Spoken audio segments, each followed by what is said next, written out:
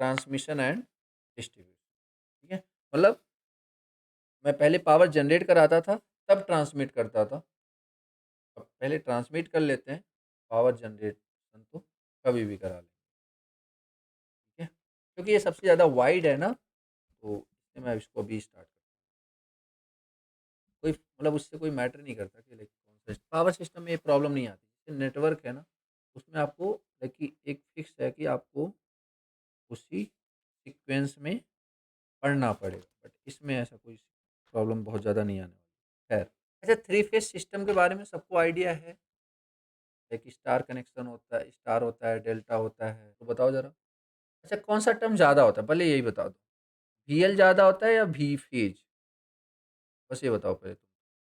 Which voltage is greater, VL या V phase? चलो, VL मतलब ग्रेटर और ग्रेटर देन और इक्वल। चलो ठीक है, ग्रेटर देन और इक्वल। और इसी तरीके से आईएल, आईएल क्या होगा आपका? ग्रेटर देन और इक्वल टू, ग्रेटर देन और इक्वल टू क्या? I phase. ठीक है, आई फेज। अब सिंपल अगर मैं बात करूं कि ग्रेटर कब और इक्वल कब, बताओ जरा। V L is greater then V phase कब होता है ये? स्टार कनेक्शन में, डेल्टा कनेक्शन में? इसमें होता है स्टार कनेक्शन। तो फाइनली रिलेशन भी देख लेते हैं फिर। वी एल इक्वल टू कितना होता है? Root three times of V phase. बहुत ही बेसिक से बातें स्टार्ट करेंगे यार। ठीक है, और ठीक ठाक लेवल तक पहुंच जाएंगे अपन। और इसी तरीके से अगर V L equal to V phase की बात करें, तो ये जो रिलेशन है हमें कहाँ देखने को मिलेगा? ऑब्वियस सी बात है, डेल्टा कनेक्शन। ठीक है, और मतलब डेल्टा कनेक्शन में होता क्या है? डेल्टा कनेक्शन में V L equal to V phase. तो I L greater than I phase किसके लिए होता है? स्टार के लिए, डेल्टा के लिए? या फिर I L is equal to root three I phase किसके लिए होता है ये? डेल्टा के लिए। ठीक है, डेल्टा के लिए। और आई एल इक्वल टू जो करंट यहाँ लाइन में से जा रहा होता है उसको बोलते हैं लाइन करंट, जो करंट यहाँ से जा रहा होता है उसको बोलते हैं फेज करंट। अब देखो, अगर ए करंट यहाँ से जा रहा तो यही तो I L equal to I phase हुआ या नहीं हुआ? बोलो यार। जो करंट यहाँ से जा रहा है वही करंट यहाँ से भी जाएगा, तो I L equal to I phase. ये कौन सा कनेक्शन है? ऑब्वियस सी बात है, ये स्टार कनेक्शन है ना। स्टार कनेक्शन के I L equal to I phase. और यहाँ से यहाँ तक का जो वोल्टेज होता है, यहाँ से यहाँ तक का जो वोल्टेज होता है, इसको कौन सा वोल्टेज बोलते हैं? इसको बोलते हैं ई फेज। और यहाँ से यहाँ तक का जो वोल्टेज होता है, इसको कौन सा वोल्टेज बोलते हैं? Line voltage. तो साफ-साफ देख के लग रहा है लेकिन लाइन वोल्टेज ज़्यादा होने वाला है, which is equal to root three V phase. Proper derivation है बट उसकी कोई नीड नहीं है। डन। और डेल्टा के लिए भी क्या होता है? डेल्टा के लिए आप देख सकते हो। चलो बताओ ज़रा, ये लाइन है या फेज है? ये जो ये जो टर्मिनल्स हैं, दीज़ आर लाइन और फेज? ये टर्मिनल्स क्या हैं? This is line. तो वीएल, मान लो लाइन के क्रॉस जो वोल्टेज है दैट इज़ वीएल, लाइन में से जो करंट जा रहा है दैट इज़ आईएल। और ए मान लीजिए ए बी, लाइक ए क्या है आपका? This is phase. तो फेज के क्रॉस वोल्टेज कितना है? वही वोल्टेज है जो लाइन के क्रॉस है। V phase equal to V L. और अभी यहाँ से आई एल आएगा और यहाँ पे जो करंट जाएगा that is I phase. I phase equal to what? I phase equal to what? I L divide by root three. ठीक है, तो कुछ इस तरीके से सिचुएशन नॉर्मल। क्योंकि पावर सिस्टम में हम अपन बार बार बात करेंगे स्टार कनेक्शन डेल्टा कनेक्शन की, तो लाइक ये छोटी सी इंफॉर्मेशन आपके लिए ज़रूरी है।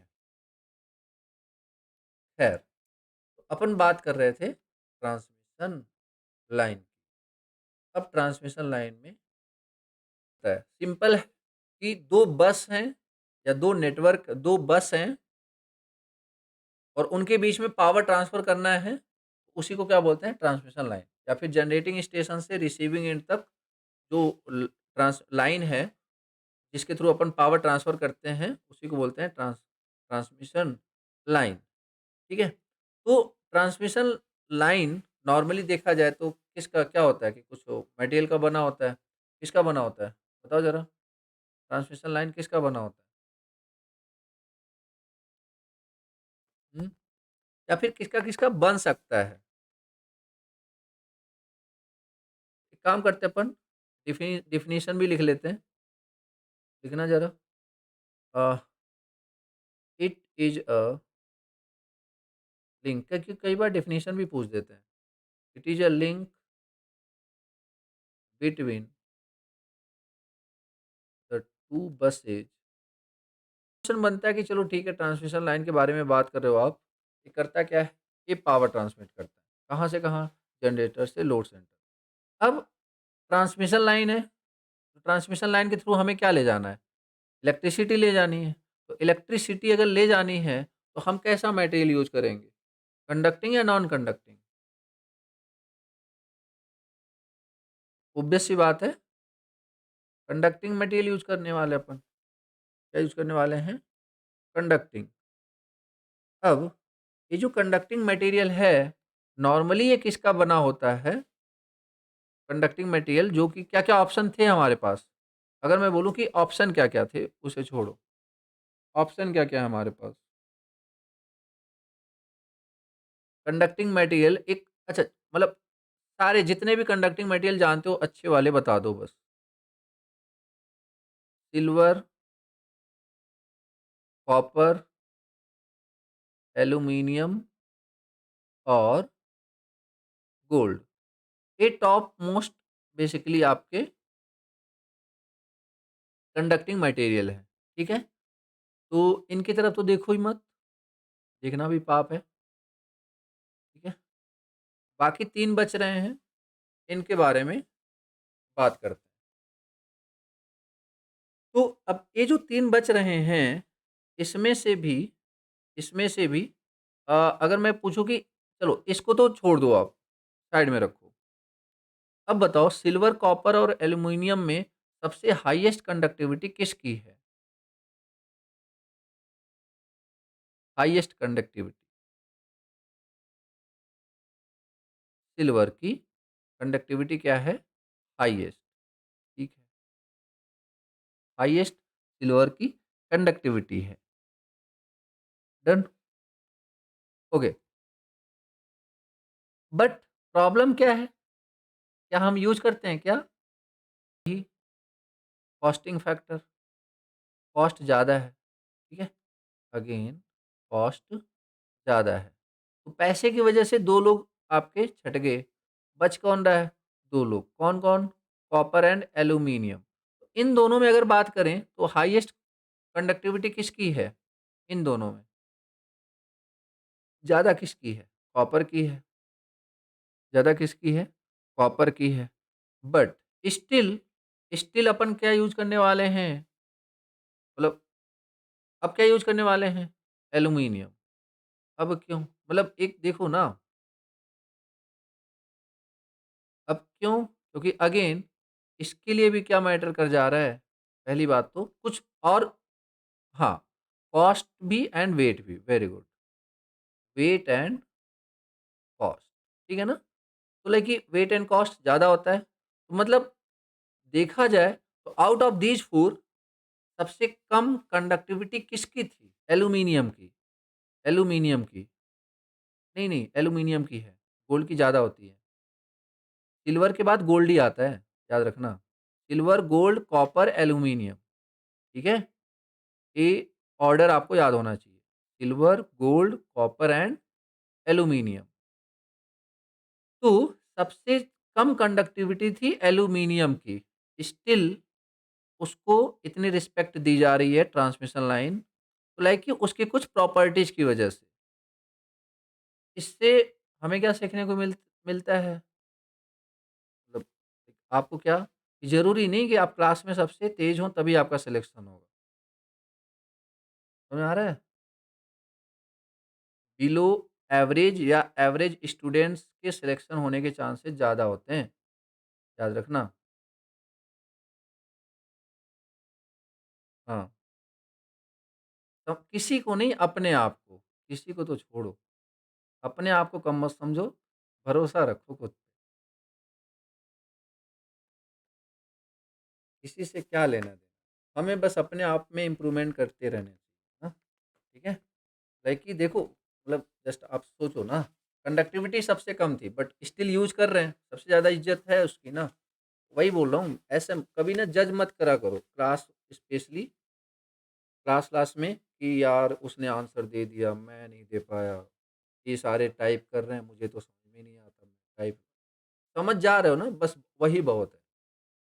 जो इतना जान लेना, जो जल्दी आंसर मतलब नॉर्मली होता है ना कि लाइक जब चीज़ों को बहुत जल्दी ग्रैब कर रहे होते हैं ना, फिर वो ना चीज़ों को लाइटली लेना चालू कर देते हैं, ओवर कॉन्फिडेंस में आना चालू कर देते हैं, ठीक है? उस चीज़ का उनको नुकसान भी भुगतना पड़ता है। तो अगर आप अपने आप को एवरेज मान के चल रहे हो, अगर आपको ऐसा लगता है कि चीज़ें भूल रहे हो, तो इसे नेगेटिव में मत ले जाओ, कि यार मैं तो भूल जाता हूँ। नहीं, आप एक काम करो ना, भूल जाते हो, अगर आपको रियलाइज़ेशन हो चुका है कि आप भूल जाते हो और आपको सिलेक्शन लेना ही है, तो 10-10, 15-15 दिन बाद रिवीजन कर लो ना। यही रो रोना लेते रहोगे लाइक कि नहीं हमें तो भूल जाता है, हम तो है ही नालायक पैदा ही हुए हैं, तो फिर तो कुछ नहीं होना है, ठीक है ना? समझ रहे हो? इसलिए हर 10-15 दिन बाद, 20 दिन बाद रिवाइज़ करते रहो, चीज़ें कभी भूलेंगे ही नहीं। खैर, तो एल्यूमीनियम एल्यूमीनियम की बात करें, तो एल्युमिनियम में अब प्रेफ़र करते हैं, इसकी 2 वजह है। पहला, क्या? लो कॉस्ट, पहला क्या? लो कॉस्ट, किसके कंपैरिज़न में? ऑब्वियस सी बात है, कॉपर से कंपेयर कर रहे हैं, ठीक है? किससे? कॉपर से कंपेयर कर रहे हैं, तो उसके कंपैरिज़न में लो कॉस्ट है। डन? ओके। अब यहाँ पे एक दूसरा पॉइंट जो कि इम्पोर्टेंट है। चलो, कॉस्टिंग वाला फैक्टर तो सबको पता है। कॉस्टिंग वाला फैक्टर तो सबको पता है कि एल्युमिनियम को, दूसरा जो है, यहाँ पे लिखेंगे फॉर अ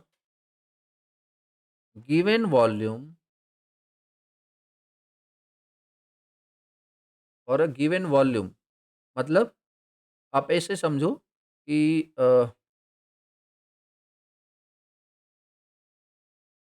ये है,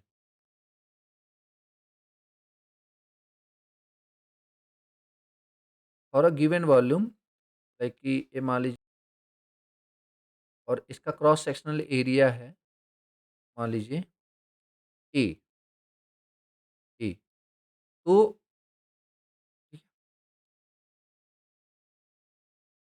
स्मॉल ए ले लेते हैं, स्मॉल ए, ये आपका एल्यूमीनियम का है, ठीक है? इसी तरीके से एक और है, और मान लीजिए, मतलब सेम वॉल्यूम है, वॉल्यूम सेम है। मैं लेंथ या फिर इसकी बात नहीं कर रहा, जैसे आप ये समझो। हुँ, तो लाइक कि यहाँ पे एक काम करते हैं, सिंपली लेंथ भी सेम लेते हैं। लेंथ अपन क्या करते हैं, सेम ही रखते हैं। तो क्या बोला मैंने? For a given volume, for a given volume density of density of aluminium conductor, density of aluminium conductor is less. अब देखा जाए तो is less compare to, compare to copper, compare to copper, ठीक है? तो अब अगर डेंसिटी कम है, हमें भी पता है कि जो वेट होता है that is directly proportional to, बोलो यार, वेट का formula, weight directly proportional to density ना, जैसे no, weight is directly proportional to density, या फिर ऐसे समझो कि डेंसिटी होता क्या है, density is what, weight upon volume, या फिर weight is equal to density into volume, weight is directly proportional to density. तो अगर डेंसिटी किसका कम है, एल्यूमिनियम का, ऑब्वियस सी बात है जो उसका वेट होगा वो भी क्या होगा, कम। समझ में आया नहीं यार? ठीक है। तो for a given volume density of aluminium conductor is less compare to copper. तीसरा पॉइंट, तीसरा देखो क्या है। अगर मैं बात करूं रजिस्टिविटी की,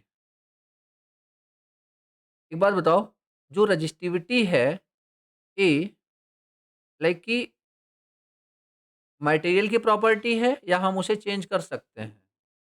मतलब मटेरियल की प्रॉपर्टी है, लेंथ या क्रॉस सेक्शनल एरिया पे डिपेंड करता है? मटेरियल की ही प्रॉपर्टी है। तो रजिस्टिविटी ऑफ एल्यूमिनियम क्या होता है बताओ, हाई या low in compare to copper? Resistivity क्या होता है, ज्यादा या कम? तो समझ के बोलना, रजिस्टिविटी क्या होता है, ज्यादा या कम? Very good. रजिस्टिविटी क्या होता है, हाई होता है। ठीक है। मतलब मैं ऐसे बोल सकता हूँ क्या, resistivity of aluminium is greater then resistivity of copper. मतलब ये तो प्रॉपर्टी हो गई ना, ये तो प्रॉपर्टी हो गई। अब मान लीजिए मैं ये बोला कि मुझे सेम रेजिस्टेंस, क्या होता है, जैसे आर इक्वल टू होता है रो एल अपॉन ए। ठीक है, रो एल अपॉन ए। तो अभी सेम रेजिस्टेंस और सेम लेंथ की बात करें, मतलब सेम रेजिस्टेंस और सेम लेंथ की बात करें, तो यहाँ पे कंडीशन लिख देता हूँ क्या, रेजिस्टेंस सेम और लेंथ भी सेम। बहुत ध्यान से समझना, रेजिस्टेंस सेम और लेंथ भी सेम। तो R equal to R aluminium, मैं बोल रहा हूँ कंडीशन ही फिक्स कर दी गई है, R aluminium equal to R copper. तो एल्यूमिनियम का क्या हो जाएगा, rho aluminium into L upon A, A like कि area of aluminium into rho of copper into length, same length. क्यों, कंडीशन में वो हमने पहले ही डिसाइड कर लिया, एरिया ऑफ कॉपर। यहाँ से लेंथ लेंथ अगर कैंसिल हुआ तो आप यहाँ पे क्या देख पा रहे हो, अगर ध्यान दो कि rho of aluminium upon rho of copper is equal to cross sectional area of aluminium upon cross sectional area of copper. क्या ये बात यहाँ तक सबको क्लियर है? बोलो यार, क्या यहाँ तक बात क्लियर है? ओके। अब इसमें अगर यहाँ पे बात करें किसका, एरिया की, ये होगी बात। तो अगर resistivity of aluminium is greater then resistivity of copper, तो इसका मतलब ये वाली जो वैल्यू होएगी that is greater than one और लेस देन वन। बोलो, resistivity of aluminium is greater then resistivity of copper, तो ये जो रेशियो होगा that is greater than one और लेस देन वन? बोलो, ग्रेटर देन वन। तो क्या मैं ये बोल सकता हूँ कि cross sectional area of aluminium is greater then cross sectional area of copper for the same resistance? बोलो हाँ या ना। क्या मैं ये बोल सकता हूँ cross sectional area of aluminium is greater then cross sectional area of copper?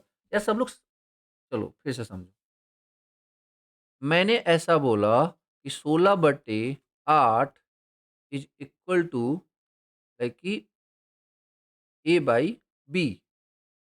तो अगर मैं गारंटी के साथ बोल रहा हूँ कि 16 इज ग्रेटर देन 8, तो क्या मैं ए गारंटी के साथ नहीं बोल सकता कि ए is greater then B?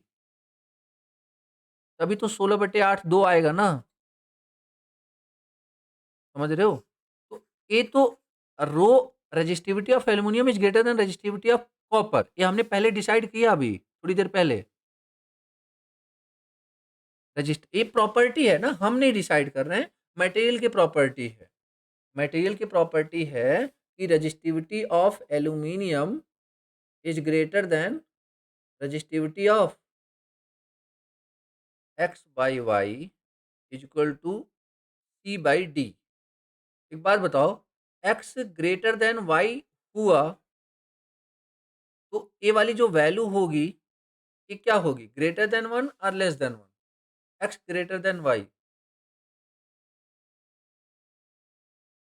Greater than one ना, तो ऑब्वियस सी बात है कि जब ए ग्रेटर देन वन है तो सी बाई डी को भी ग्रेटर देन वन होना पड़ेगा ना, क्योंकि इक्वल है, क्योंकि इक्वल है, तो मैं भी नहीं बोल सकता सी इज ग्रेटर देन डी। छोटी सी बात है यार, ठीक है, कोई बहुत बड़ा मैथमेटिक्स नहीं है फिलहाल। या फिर ऐसे समझो, सिंपल तरीका क्या, resistivity of aluminium is greater than resistivity of copper. Okay यार, सिम मतलब ऐसा होना कि like x by Y is equal to 5, simple सी बात है, मतलब इज ग्रेटर देन वन। तो सिंपल सी बात है कि लाइक कि अगर ए रेशियो इससे ज़्यादा है तो ऑब्वियस बात है ए भी इससे ज़्यादा होगा।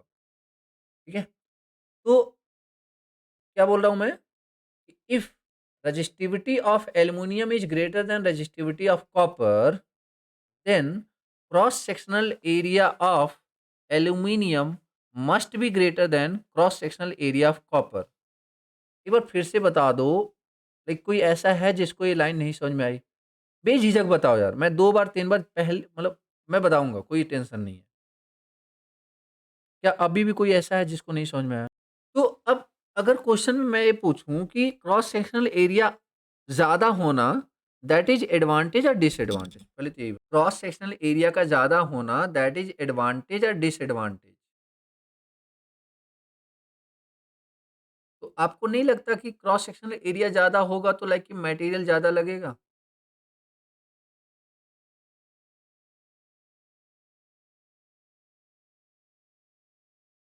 For the same length, for the same length अगर क्रॉस सेक्शनल एरिया ज़्यादा हो रहा है तो आपको नहीं लगता कि मटेरियल ज़्यादा लगेगा? क्योंकि weight equal to what, density into volume ना, यही होता है ना यार, जो वेट होता है क्या होता है, वॉल्यूम इनटू डेंसिटी। तो अगर वेट ज़्यादा है मतलब क्या बोलते हैं, cross section volume, and volume is directly proportional to what, pi r, मतलब area, cross sectional area, cross sectional area into length, और cross sectional area is directly proportional to volume. तो सिंपल सी बात है ना, एक एक पतले मतलब एक पेन है, एक पेन है और एक मार्कर है, तो जिसका किस में मटेरियल ज़्यादा लगेगा, किस में मटेरियल ज़्यादा लगेगा, पेन में या मार्कर में, for the same length, for the same length marker में, क्यों? क्योंकि उसका क्रॉस सेक्शनल एरिया ज़्यादा था ना यार, समझ में आया कि नहीं? तो अभी बताओ, क्रॉस सेक्शनल एरिया ज़्यादा होना दैट इज रेजिस्टेंस तो कांस्टेंट कर दिया हमने, रेजिस्टेंस की टेंशन मत लो, रेजिस्टेंस तो कंडीशन ही है ना, रेजिस्टेंस फिक्स, उसके उसको बीच में क्यों ला रहे हो? ठीक है, अब समझो जरा, अब ये एडवांटेज कैसे हुआ, हम क्या पढ़ रहे हैं कि हम टॉपिक क्या चल रहा है हमारा, why we are preferring aluminium in compare to copper ना। पहला रीजन क्या था, लो कॉस्ट। दूसरा रीजन क्या था, लाइक कि for a given volume density aluminium की कम होती है तो वेट भी कम होगा, दूसरा वजह। तीसरा वजह क्या है कि रजिस्टिविटी ज़्यादा है तो कहीं ना कहीं उसका क्रॉस सेक्शनल एरिया ज़्यादा होगा, और क्रॉस सेक्शनल एरिया ज़्यादा है तो एक्चुअली दैट इज एडवांटेज। क्यों? अब वो समझने की कोशिश करते हैं, उस पॉइंट ऑफ व्यू से तो नहीं है, उस पॉइंट ऑफ व्यू से चलो मैं दोनों बात कर लेता हूँ ना, समझो जरा, सर कंफ्यूज हो जाओ सर, चलिए आप एक बार बोलते हो एडवांटेज, एक बार बोलते हो disadvantage, आप ही decide करो। तो लाइक कि डिसएडवांटेज किसके टर्म्स में और एडवांटेज किसके टर्म्स में। तो डिसएडवांटेज किसके टर्म्स में है कि लाइक कि अगर एरिया ज़्यादा है तो वॉल्यूम ज़्यादा होगा, वॉल्यूम ज़्यादा है लाइक कि वेट ज़्यादा होगा, और वेट ज़्यादा है तो लाइक कि मटेरियल ज़्यादा लगेगा। This is drawback. किसका ड्रॉबैक? क्रॉस सेक्शनल एरिया ज़्यादा होने का। क्या ये बात क्लियर है? जल्दी बोलो, क्या ये बात क्लियर है? डन। अब दूसरा सोचो आप, अब दूसरा सोचो, जो सबसे इम्पोर्टेंट बात है, जो सबसे इम्पोर्टेंट बात है, क्या? कि एक कंडक्टर है, एक कंडक्टर है, कंडक्टर नंबर 1, कंडक्टर नंबर 2। मैं इसमें से 10 एम्पीयर करंट फ्लो करा रहा हूँ, इसमें से भी 10 एम्पीयर करंट फ्लो करा रहा हूँ, ठीक है? या फिर आप ऐसे समझो कि एक पतला सा रॉड है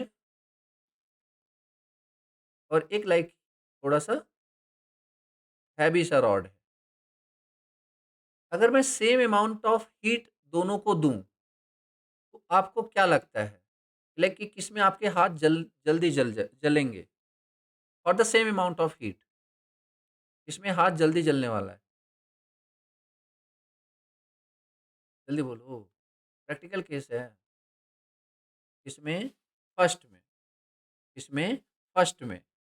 अब उसको अपन यहाँ पे लाते हैं, उसको अपन यहाँ पे लाते हैं। मैं अगर आपसे ये बोलूँ कि सेम अमाउंट ऑफ करंट ले जा रहे हैं, तो आप बताओ कि ये जो आस-पास सरफेस पे जो चार्ज कंसंट्रेशन होगा, किसमें ज़्यादा होगा? चार्ज कंसंट्रेशन या चार्ज डेंसिटी किसमें ज़्यादा होगा? फर्स्ट में या सेकंड में? चार्ज डेंसिटी किसमें ज़्यादा होगा? फर्स्ट में या सेकंड में? देखो, आप ऐसे समझो कि चार्ज डेंसिटी ज़्यादा था तभी आपको गरम मतलब कि जला एक तरीके से। Very good. तो चार्ज डेंसिटी किसमें ज़्यादा है? फर्स्ट में। क्या इस बात को सब लोग रिलेट कर पा रहे हो? यार, उतने ही नंबर ऑफ इलेक्ट्रॉन्स को जाने के लिए ज़्यादा एरिया मिल रहा है और उतने ही इलेक्ट्रॉन्स को जाने के लिए कम एरिया मिल रहा है, तो आउटर सरफेस पे ज़्यादा चार्ज या चार्ज डेंसिटी किसमें होने वाला है? जो पतला सा लेयर है। बोलो हाँ या ना? तो अब यहाँ पे देखो होता क्या-क्या है, देखो क्या-क्या टर्म्स आएगा। ये टर्म्स में इतनी सारी चीज़ें मैं ना सिर्फ़ इस चीज़ को समझाने के लिए नहीं मेहनत कर रहा हूँ। अब ये जो टर्म्स है ना, सारे टर्म्स मैं यूज़ लूँगा जब मैं तुम्हें कोरोना लॉसेस के बारे में बताऊँगा। वहाँ पे मुझसे फिर से मत उम्मीद करना कि मैं तुम्हें चार्ज कंसंट्रेशन या फिर चार्ज डेंसिटी सरफेस इन सब के बारे में बता रहा हूँ। वो चीज़ यहाँ पे समझ लो, ठीक है? तो इसका देखो इससे सिंपल समझो, एक टर्म है चार्ज डेंसिटी, टर्म है चार्ज डेंसिटी। आप बताओ चलो ए पहला वाला किसका है? कॉपर या एल्यूमीनियम? फर्स्ट वाला किसका है? कॉपर या एल्यूमीनियम? जल्दी बोलो। फर्स्ट किसका है? Copper, very good. और दूसरा किसका है? एल्यूमीनियम, ठीक है? तो ओके बताओ, करंट डेंसिटी किसकी ज़्यादा चार्ज चार्ज डेंसिटी किसमें ज़्यादा होगी? सरफेस पे, चार्ज डेंसिटी ऑन सरफेस किसमें ज़्यादा होगी? कॉपर पे, वेरी गुड। कॉपर पे ज़्यादा होगी, पहला पॉइंट। दूसरा चार्ज डेंसिटी की वजह से जो फ्लक्स डेंसिटी होगा या electric flux density, that is again copper की ज़्यादा होने वाली है एल्यूमीनियम। या फिर सबसे इम्पोर्टेंट पॉइंट क्या? Electric field intensity. ऐसे समझो, इलेक्ट्रिक फील्ड इंटेंसिटी क्या होता है? जे इक्वल टू क्या होता है? करंट डेंसिटी का नाम सुना होगा। जे इक्वल टू क्या होता है? सिग्मा इंटू ई। ये क्या है? कौन सा लॉ है ये? एनीवन? कौन सा लॉ है ये? Very good, Ohm's law. कौन सा लॉ है? Ohm's law, J equal to sigma E, J equal to sigma E. ये जो जे है that is what, current density, और ई क्या है, इलेक्ट्रिक फील्ड इंटेंसिटी। तो तो अब जो जे है, मतलब क्या मैं ऐसे बोल सकता हूँ electric field is directly proportional to J? बोलो हाँ या ना। Electric field density is directly proportional to J, और J is directly proportional to what, I upon A, I upon A. तो जिसका क्रॉस सेक्शनल एरिया कम होगा उसका करंट डेंसिटी ज़्यादा होगा और इलेक्ट्रिक फील्ड इंटेंसिटी ज़्यादा होगा। पूरे पावर सिस्टम में कम से कम 5 जगह ये कॉन्सेप्ट मैं यूज़ करूँगा। समझ में आया? Current density equal to Z equal to what, I upon A. Current density, कोई भी डेंसिटी होती है क्या, that particular material upon area. पहले बताओ ये लाइन सबको क्लियर है या नहीं है? बोलो यार। कि जे इक्वल टू सिग्मा ई, ये क्या है, दैट इज करंट डेंसिटी। लिख लो जो लोग पहली बार पढ़ रहे हो,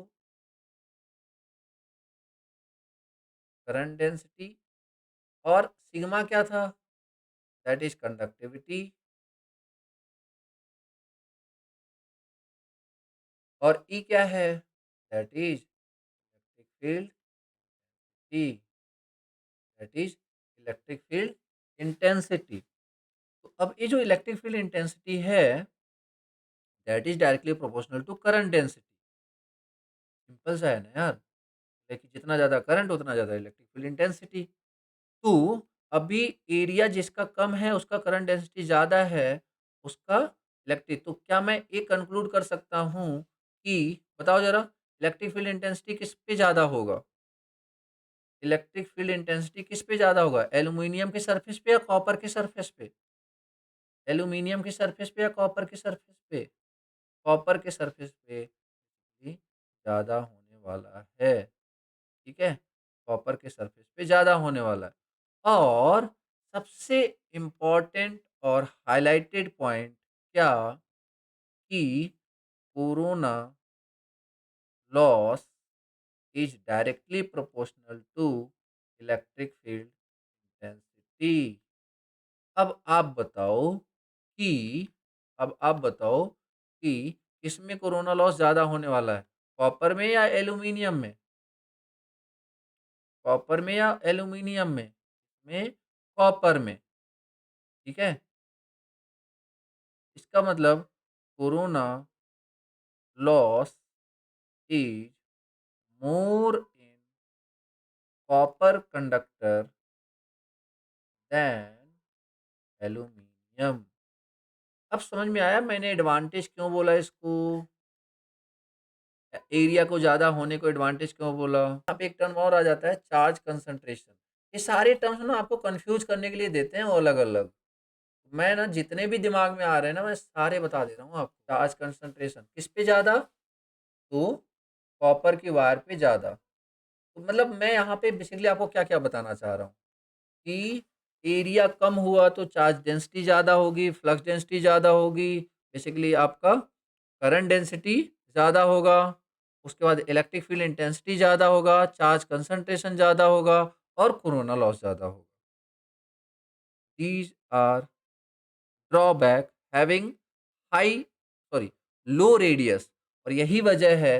अब एक बात बताओ, क्या इतना कुछ एक्सप्लेन करने के बाद मुझे ये बताने की ज़रूरत पड़ेगी कि अगर रेडियस ज़्यादा करेंगे तो कोरोना लॉस कम होगा? बोलो। इतना कुछ एक्सप्लेन करने के बाद क्या मुझे अलग से बताने की ज़रूरत है कि रेडियस ज़्यादा करने पे कोरोना लॉस कम होगा? नहीं। और यही वजह है कि कोरोना लॉस को जब कम करने की बात आती है ना, तो हम कोई ऐसा मेथड ढूँढते हैं जिससे अपन इफेक्टिव रेडियस को क्या कर सकें, इफेक्टिव रेडियस को क्या कर सकें, इंक्रीज। और the best method is what, bundling. आई बात समझ में? The best best method is what, bundling of the conductor. और कैसे करते हैं वो सारी बातें तो अपन डिटेल में देखने वाले हैं। समझ में आया?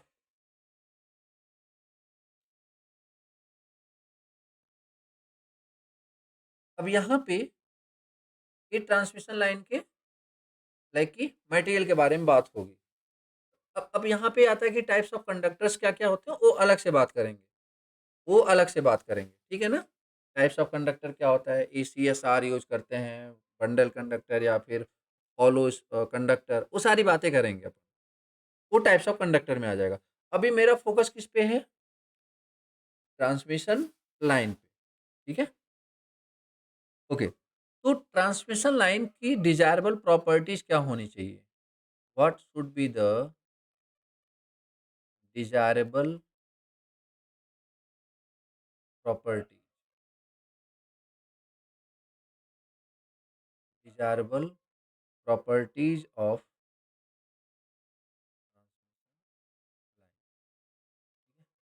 Desirable properties of transmission line. तो देखो, ट्रांसमिशन लाइन को अगर बहुत ही एक छोटा-सा लेआउट बनाने की कोशिश करें,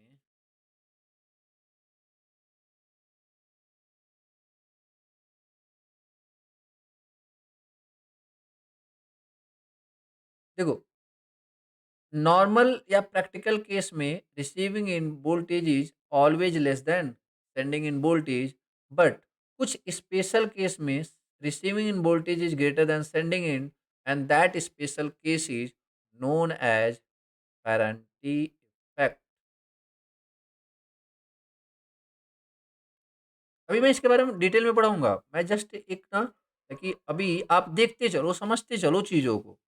मैं बोल रहा हूँ कि क्या रिसीविंग इन वोल्टेज हमेशा सेंडिंग इन वोल्टेज से कम होगा? तो प्रैक्टिकली हाँ, बट अगर आप मतलब अगर अगर आप ट्रांसमिशन लाइन को नो लोड पे चला रहे हो, तो ड्यू टू इट्स कैपेसिटेंस होता क्या है, ड्यू टू चार्जिंग करंट, कभी कभी receiving end voltage is greater than sending end voltage. Question ये होता है कि सर ये तो बहुत अच्छी बात है ना, क्या ये अच्छी बात है? रिसीविंग इन वोल्टेज का greater than sending end voltage होना, that is good for us. क्यों? ज़्यादा अच्छा नहीं लग रहा?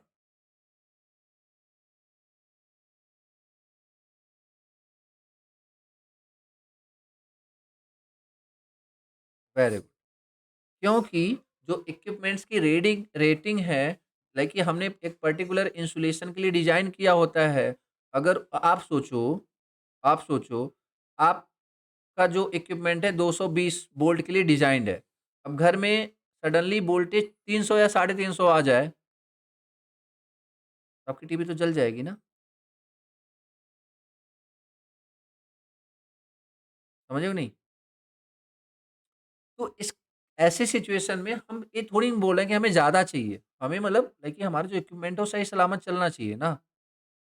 तो इसी तरह जितने भी मशीन होंगे जिनका इंसुलेशन आपने तो मान लो 200 के बिहाफ पे दिया होगा और वो 300 हो गया, तो इंसुलेशन डैमेज, शॉर्ट सर्किट, बहुत सारे फॉल्ट की वजह, ठीक है। फिलहाल अपन अपने मेन मुद्दे पे आते हैं, सारी बातें तो सेकेंडरी हैं। मुद्दा हमारा क्या था कि desirable properties of transmission line, बोलो क्या उम्मीद रखते हो आप, क्या एक्सपेक्टेशंस हैं आपकी ट्रांसमिशन लाइन से?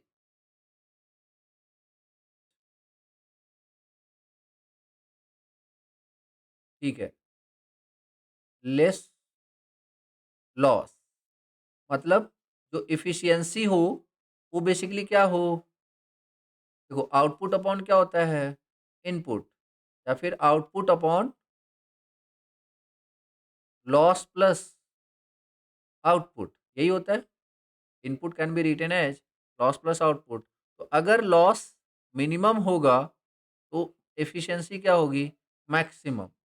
व्हाट, अब क्वेश्चन एक पूछा था जेई में, what is the ideal efficiency of transmission line? Ideal, obvious सी बात है 100%। क्या हो जाएगा? 100%, ठीक है। प्रैक्टिकली अपन चाहेंगे एफिशिएंसी क्या हो, मैक्सिमम, ठीक है, चाहेंगे, बट हमारे चाहने से क्या होता है?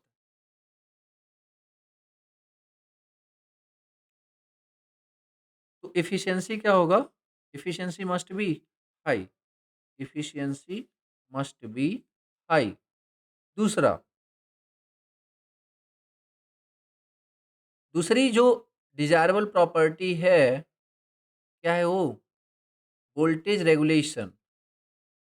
Voltage regulation should be minimum. अच्छा, 3 ऑप्शन है। लाइक क्या चाहते हो आप? वोल्टेज रेगुलेशन, लाइक आप ऐसे समझो कि 50% चाहते हो, 0% चाहते हो, या फिर -50% चाहते हो?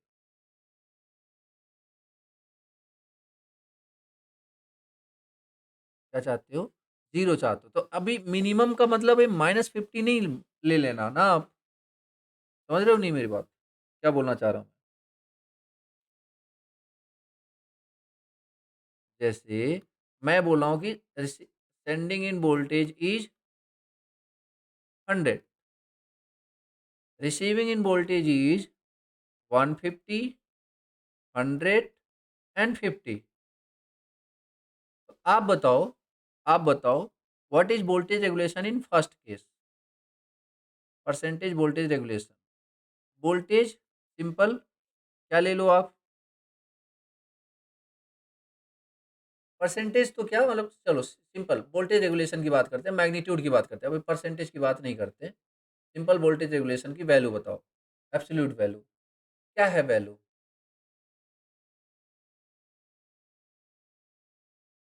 100 माइनस 150 कितना आया? -50।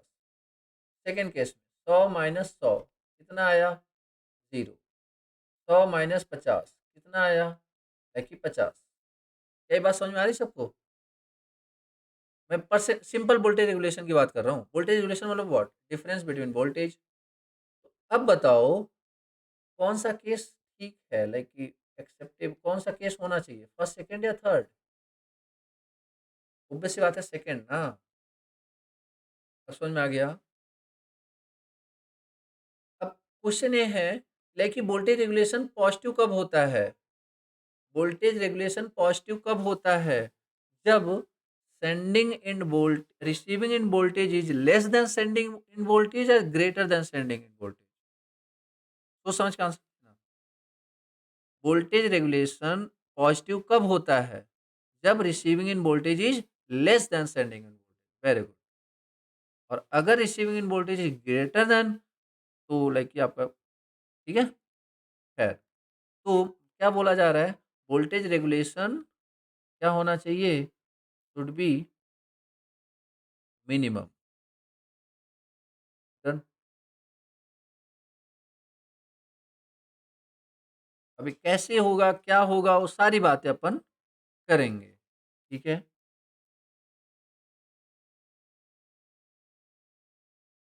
इसके बाद अभी अपन जो बात करेंगे ट्रांसमिशन लाइन में, रेटिंग ऑफ ट्रांसमिशन लाइन कौन डिसाइड करता है।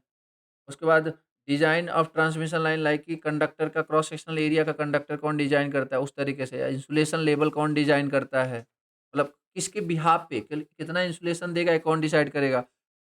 कंडक्टर का क्रॉस सेक्शनल एरिया कितना होगा, ये कौन डिसाइड करेगा। या फिर रेटिंग कितनी ज़्यादा रख सकते हैं, कितनी कम रख सकते हैं, ये कौन डिसाइड करेगा। या फिर उसमें इंसुलेशन कितना होगा, इसमें देखने के लिए लाइक कि इंसुलेशन कितना रखना है, वो चीज़ें देखेंगे। ठीक है, तो बहुत सारी चीज़ें हैं। अभी ये सिर्फ और किसके बारे में पढ़ रहे हैं अपन? ट्रांसमिशन लाइन के बारे में। उसके बाद फिर क्लासिफिकेशन ऑफ ट्रांसमिशन लाइन पे चलेंगे। क्लियर है यार? लेकिन फर्स्ट क्लास थी हमारी। जस्ट मैं आपका एक अच्छा सा इंटरेस्ट डेवलप करने की कोशिश कर रहा था। एक चीज़ें आप जानो यार, इंटरेस्टिंग है। ये सब्जेक्ट प्रैक्टिकल है, अच्छा सा सब्जेक्ट। अगर आप डेली क्लासेस लगाओगे तो सुखी रहो। ठीक है यार, फिर मिलते हैं फिर।